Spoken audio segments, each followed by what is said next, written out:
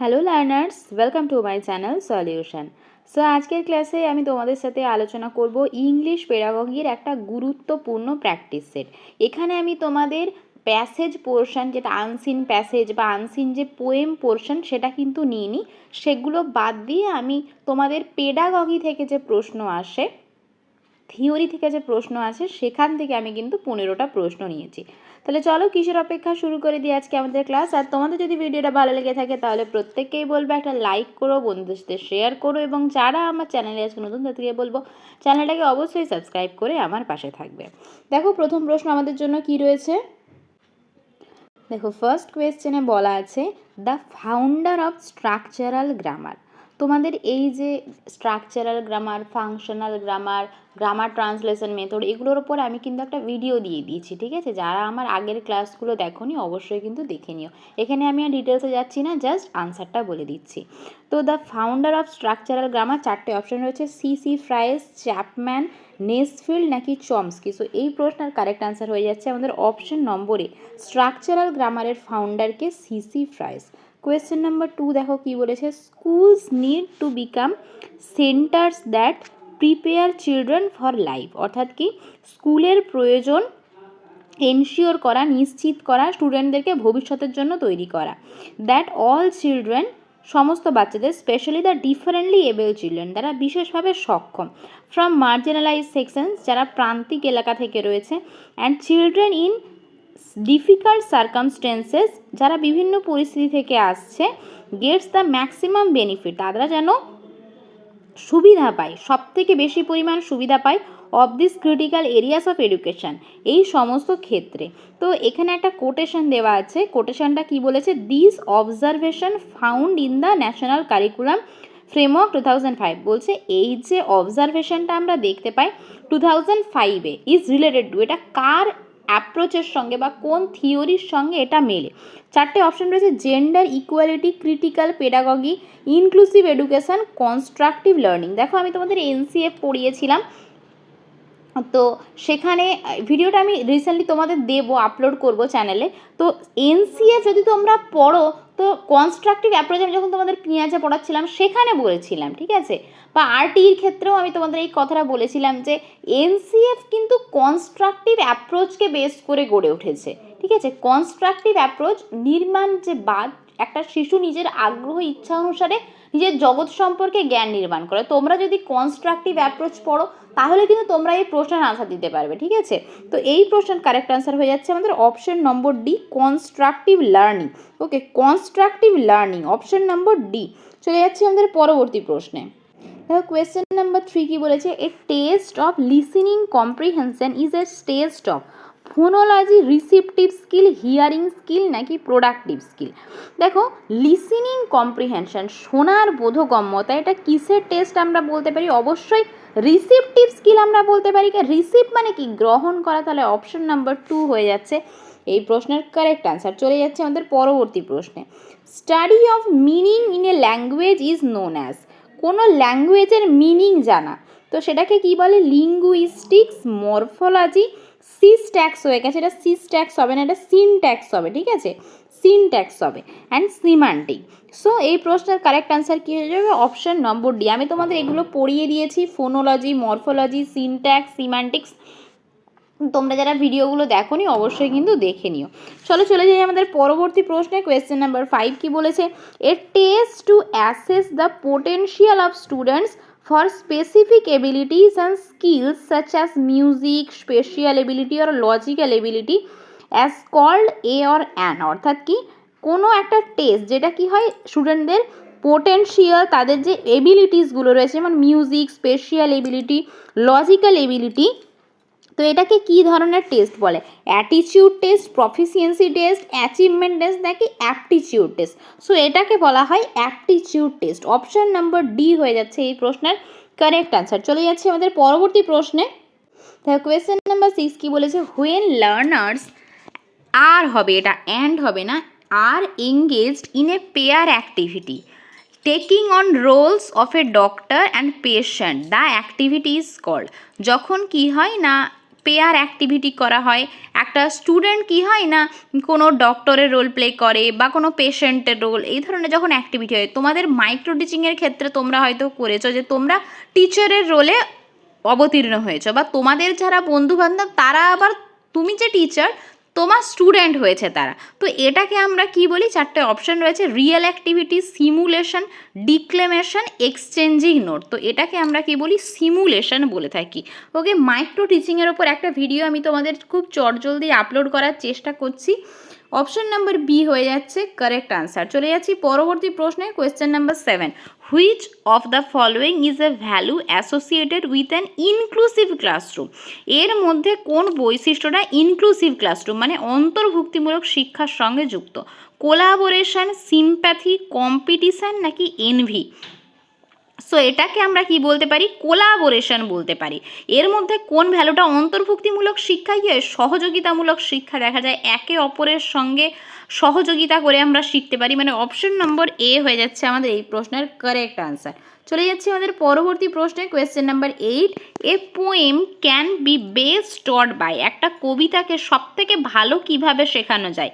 Making the student recite it, স্টুডেন্টদেরকে আবৃত্তি করতে বলা, ওরাল ল্যাঙ্গুয়েজ ড্রিল, তাদেরকে প্র্যাকটিস করতে বলা, রিসাইট অ্যান্ড দেম হবে, এটা দেম হয়ে গেছে, দেন হবে, দেন এক্সপ্লানেশন, গ্রুপ ডিসকাশন। দেখো গ্রুপ ডিসকাশনের মাধ্যমে তো শেখাতে পারি না, বা তাদেরকে শুধু আবৃত্তি করতে বলার থেকেও আবৃত্তি এবং তারপর সেই যে কবিতাটা, ধরো একটা পোয়েম পড়ানো হচ্ছে, বলছি জ্যাক অ্যান্ড জিন ওয়েন্ট আপ দ্য হিল, কবিতাটা প্রথমে পড়িয়ে দিলাম, তারপর আমি তাদেরকে গল্পটার বা গল্প নয় সরি সেই কবিতাটার বা সেই রাইমটার আমি কী করছি মানে বলছি, যে জ্যাক অ্যান্ড জিল কী করেছে, পাহাড়ের ওপরে চড়েছে, সেখান থেকে কি না এক বালতি জল এনেছে। তো এরকমভাবে তাদেরকে প্রথমে রিসাইট করতে বলা, তারপর সেটাকে এক্সপ্লানেশন করতে বলা, এভাবে কিন্তু সবথেকে ভালোভাবে শেখানো যায়। ওকে, চলে যাচ্ছি আমাদের পরবর্তী প্রশ্নে। দেখো কোয়েশ্চেন নাম্বার 9 কি বলেছে, journey from example generalisation is deductive, inductive, incidental, sorry all of the above. তো আমি তোমাদের বলেছিলাম আরোহী পদ্ধতি কি না, যেখান থেকে কি হয়, উদাহরণ থেকে আমরা সংজ্ঞায় যাই বা কোনো রুলে যাই, সাধারণীকরণ করছি। তো এটার আনসার কি হবে, ইনডাকটিভ মেথড, মানে অপশন নম্বর সি, যেটাকে আমরা বাংলায় কি বলি, আরোহ পদ্ধতি বলি। ওকে, দেখো পরের প্রশ্নে যাচ্ছি, কোয়েশ্চেন নাম্বার 10 কি বলেছে, লিসেনিং, স্পিকিং, রিডিং, রাইটিং আর formal skill, verbal skill, motor skill, language skill. তো LSRW আমি তোমাদের এই ফরম্যাটটা বলেছিলাম, পরপর এভাবে মনে রাখবে। তো এগুলো কি, এগুলো এক একটা language skill. Option number D হচ্ছে কারেক্ট আনসার। চলে যাচ্ছে আমাদের পরবর্তী প্রশ্নে, question number 11, in grammar translation method little importance is given to? Grammar translation মেথডে এর উপরে কোনটাকে গুরুত্ব দেওয়া হয় না? লিটিল মানে কি, নেগেটিভ, গুরুত্ব দেওয়া হয় না। ওকে, এ লিটিল মানে কিছুটা রয়েছে, দ্য লিটিল মানে পুরোটাই। এটা তোমাদের অ্যাডজেক্টিভে আমি কখনো সময় নিয়ে পড়াবো। স্পেলিং, পাংচুয়েশন, ভোকাবুলারি নাকি প্রোনাউন্সিয়েশন? তো এই প্রশ্নের কারেক্ট আনসার কী যাবে, অপশন নম্বর ডি, প্রোনাউন্সিয়েশনের উপর কিন্তু সেরকমভাবে কোনো গুরুত্ব দেওয়া হয় না। ওকে, চলে যাচ্ছি পরবর্তী প্রশ্নে, কোয়েশ্চেন নাম্বার 12 কি বলেছে দেখো, question, gifted students who appear very serious and does not participate in any school activities। বলছে একটা গিফটেড স্টুডেন্ট যে কিনা খুব সিরিয়াস থাকে ক্লাসে, কোনো রকম অ্যাক্টিভিটিসে পার্টিসিপেট করে না, গেমস অর কালচারাল মিটসে, what will you do bring out favourable interest in that child? তুমি তার মধ্যে ইন্টারেস্ট আনার জন্য কি করবে? Because the students is gifted you will not disturb him at all, যেহেতু সে গিফটেড স্টুডেন্ট তুমি তাকে বিরক্ত করবে না, এটা তো হতে পারে না। বি নম্বর অপশানে কি বলেছে, you will mould his temperament, তুমি তার টেম্পারামেন্টটাকে ঘুরিয়ে দেওয়ার চেষ্টা করবে বা গলিয়ে দেওয়ার চেষ্টা করবে gradually towards game and activities, তুমি কি করবে, তার যে মুডটাকে ঘুরিয়ে দেওয়ার চেষ্টা করবে অ্যাক্টিভিটিসের দিকে। অপশন সিতে কি রয়েছে, maintaining pressure that he can excel into games as in studies, তুমি কি করবে, তার প্রেশারটাকে রিলিজ করার চেষ্টা করবে, যাতে করে কি সে যেমন স্টাডিজে যতটা বেশি সিরিয়াস সেরকম যাতে গেমসেও সিরিয়াস হতে পারে। এবং অপশন ডিতে কি বলেছে, ask his classmates two motivate his friend for the same, তুমি তার ক্লাসমেটদেরকে বলবে তাকে মোটিভেট করার জন্য, একেবারেই না, তুমি যেটা করবে সেটা হচ্ছে তুমি তার যে টেম্পারামেন্ট, তার যে মেজাজটাকে একটু পরিবর্তন করার চেষ্টা করবে, যাতে করে কি সে গেমস এবং অ্যাক্টিভিটিসে পার্টিসিপেট করে।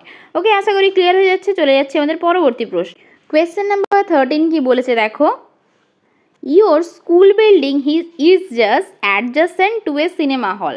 তোমার যে স্কুল বিল্ডিংটা সিনেমা হলের একদম পাশে। It generates delinquency and spoil the young mind badly. এটা কি করছে? একটু বিশৃঙ্খলা সৃষ্টি করছে কিছু ইয়ং মাইন্ডকে। Therefore there is utter chaos in that school in the name of discipline. স্কুলে কি হচ্ছে? ডিসিপ্লিনের নামে খুব ক্যাওস, বিশৃঙ্খলা পরিস্থিতির সৃষ্টি হচ্ছে। What alternative will you have in your mind to fight this means? তুমি এই যে বিশৃঙ্খলাটাকে দূর করার জন্য তুমি কি করবে? লড়াই করার জন্য তুমি কি করবে? তো অপশান এতে কি বলেছে? Prepare the list of delinquents and isolate them from the class. তুমি কি করবে? যারা এই ধরনের কাজকর্ম করছে তাদেরকে তুমি খুঁজে বার করবে, তাদের লিস্ট করবে এবং তাদেরকে আইসোলেট মানে আলাদা করে দেবে। অপশন বিতে কী বলেছে? Make a discipline committee to watch out such students and give them rigorous punishment. তুমি কি করবে? একটা ডিসিপ্লিন কমিটি গঠন করবে এবং তাদেরকে কি পানিশমেন্ট দেবে। অপশান সি থেকে বলেছে starts a movement for shifting of the school building. তুমি স্কুল বিল্ডিংটাকেই শিফট করে দেবে। আর অপশান ডিতে বলেছে raise your voice for students welfare. তুমি কি করবে? স্টুডেন্টদের ভালোর জন্য তুমি আওয়াজ তুলবে। অবশ্যই তুমি এটা করতে পারো। স্কুল বিল্ডিং শিফট করা বা তাদেরকে আইসোলেট করা বা তাদেরকে পানিশমেন্ট করা, এগুলো কিন্তু কোনোটাই অ্যাপ্রোপ্রিয়েট নয়। মানে অপশান ডি হয়ে যাচ্ছে এই প্রশ্নের কারেক্ট আনসার। অপশান ডি হয়ে যাচ্ছে এই প্রশ্নের কারেক্ট আনসার। চলে যাচ্ছে আমাদের পরবর্তী প্রশ্নে। কোয়েশ্চেন নাম্বার 14 কি বলেছে দেখো। Generally it is found that the students are littering their food remains. স্টুডেন্টরা কী করে বা এটা দেখা যায় প্রায় যে তাদের যে অবশিষ্ট খাবারটা তারা লিটারিং মানে ছড়িয়ে দেয় এখানে ওখানে। র্যাপিং ইন ক্লাস ফার্নিচার, তারা কি করছে? ক্লাস ফার্নিচারকেও তারা নোংরা করে দিচ্ছে। পার্ক অ্যান্ড স্কুল ফ্লোর, স্কুলের যে ফ্লোর বা পার্ক খেলার মাঠ সব জায়গাকেই নোংরা করছে। Which you think is a wrong practice, যেটা তুমি মনে করছো এটা কিন্তু একটা খারাপ অভ্যাস। How would you check them so that they have a right approach to keep the school surroundings. তুমি কি মনে করো এর মধ্যে কোন পদ্ধতিতে তোমার তুমি যে এটা বলছো রং প্র্যাকটিস, সেটা কীভাবে দূর হবে বা স্কুল সারাউন্ডিং পরিষ্কার থাকবে? অপশন এতে কী রয়েছে? Organise a flying group of monitors to see and check the wrongdoers. তুমি কি করবে? একটা গ্রুপ অফ মনিটর ক্রিয়েট করবে, যারা এই ধরনের কাজ করছে তাদেরকে তুমি দেখবে, নজরদারি করবে। অবশ্যই না। অপশান বিতে রয়েছে announcement on assembly ground everyday to avoid it. তুমি কী করবে? অ্যাসেম্বলিতে মানে ধরো প্রার্থনার সময় তুমি সবসময় এটা অ্যানাউন্স করবে। ওকে, চলো বাকি অপশানগুলো দেখে নিই। Arrangement of dustbin in front of classroom, parks in other places in the campus. অবশ্যই তুমি এটা করতেই পারো যে কিছু সুন্দর সুন্দর ডিজাইনের বা কার্টুন কোনো হ্যান্ডমেড তুমি ওখানে ডাস্টবিন রাখলে, যার ফলে কী হবে? স্টুডেন্টরা কী করবে? ওই নিকটবর্তী যে ডাস্টবিন তাতে কিন্তু তাদের যে উচ্ছিষ্ট খাবারটা সেটা ফেলবে। আর অপশন ডিতে কী রয়েছে? Make a provisional financial punishment for the student. তুমি তাদেরকে ফিনান্সিয়াল পানিশমেন্ট করবে। অবশ্যই না। তুমি যেটা করবে ডাস্টবিনের ব্যবস্থা করবে। অপশন নাম্বার সি হয়ে যাচ্ছে কারেক্ট আনসার। চলে যাচ্ছে আমাদের পরবর্তী প্রশ্নে। তো কোয়েশ্চেন নাম্বার 15 কি বলেছে? Some teachers enjoy inflicting remarks on girls students. অর্থাৎ কি কয়েকজন টিচার মেয়ে যে স্টুডেন্ট, যারা গার্লস স্টুডেন্ট তাদের ওপর কি রিমার্ক করে, বিভিন্ন কুমন্তব্য করে ইন দ্য স্টাফ রুম, ক্লাসে বসে বসে বা স্টাফ রুমে আর কি। তো being a junior subordinate you do not feel any pleasure in it. তুমি কি জুনিয়র টিচার হয়ে তুমি এটাকে কিন্তু সাপোর্ট করো না, but you are unable to keep them quiet. তুমি তাদেরকে চুপ করাতেও পারো না। What will you do in such a situation? এই অবস্থায় তুমি কি করবে? Severe criticism in their absence, তাদের অনুপস্থিতিতে তাদেরকে নিয়ে ক্রিটিসিজম করবে, সমালোচনা করবে? একেবারেই না। Tapping of the Tux and report the matter to the principal, তাদের যে কথাবার্তাগুলোকে সেগুলো রেকর্ড করে রাখবে এবং তুমি প্রিন্সিপালকে জানাবে। অপশন সিতে কী বলেছে? নো পার্টিসিপেশন অ্যাট অল, তুমি সেই যে কথাবার্তায় অংশগ্রহণ করবে না। আর অপশন ডিতে কী বলেছে? Quarrelling and insulting a few of them, তাদের সাথে ঝগড়া করবে এবং তাদের সাথে কী করবে? তাদেরকে অপমান করবে। দেখো এরকম তুমি কিছুই করবে না। যেটা করবে, এই ধরনের একটা যখন চলছে সিচুয়েশান, তো সেখানে তোমাকে তো প্রোটেস্ট করতেই হবে।